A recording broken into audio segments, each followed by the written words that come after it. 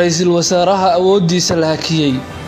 oo wajigabax kala kulmay dowlad goboleedyada cidda ka qaybgalaysa shirka lagu ballamay 20 bishan dowlad goboleedyada oo fuliyay amarkii madaxweynaha warbaahinta caalamka oo la safatay madaxweyne Farmaajo Puntland iyo Jubbaland oo faaruqiyay garabka Roble guuxa beesha caalamka iyo arrimo kale oo muhiim ah ayaynu ku lafagari doonaa warbixinteena maanta fadlan like saar muuqaalkan lana sii wadaag saaxiibadaada kale afar qodob oo kaliya ayaynu ku soo koobaynaa nuxurkii war-saxaafadeedkii xalay ka soo baxay shanta dowlad goboleed in dowlad goboleedyadu ay isku yimaadaan shir looga tashanayo arrimaha doorashooyinka 20 bishan magaalada Garowe kaas oo dibad joog ka yahay ra'iisul wasaaraha awoodiisa la dhimay ee Maxamed Xuseen Roble 2 waxay fareen guddiga doorashooyinka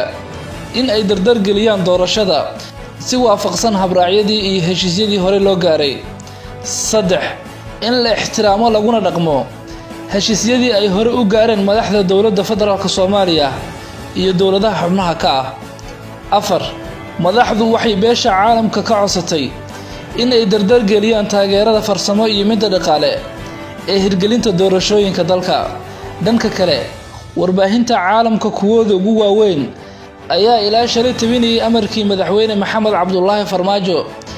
ee lagu hakiyay awoodda ra'iisul wasaaraha halka beesha caalamku ay dhawaan soo saari doonaan war murtiyeed ay ugu digi doonaan Roble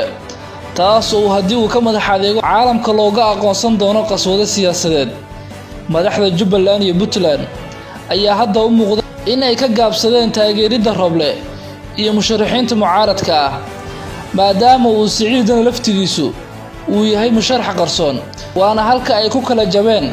siyaasiyiinta mucaaradka ah xog hayaha joogtada ah ee wasaaradda arrimaha dibadda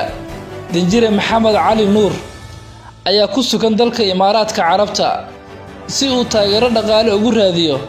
ra'iisul wasaaraha awoodiisa la dhimay ee Maxamed Xuseen Roble dhanka kale waxa walaac ka taagan yahay sidii dhaqaalahaas loo soo gelin lahaa gudaha dalka xilli ay hay'adaha nabad sugidda iyo sirdoonka qaranka ay mas'uuliyad adag iska saareen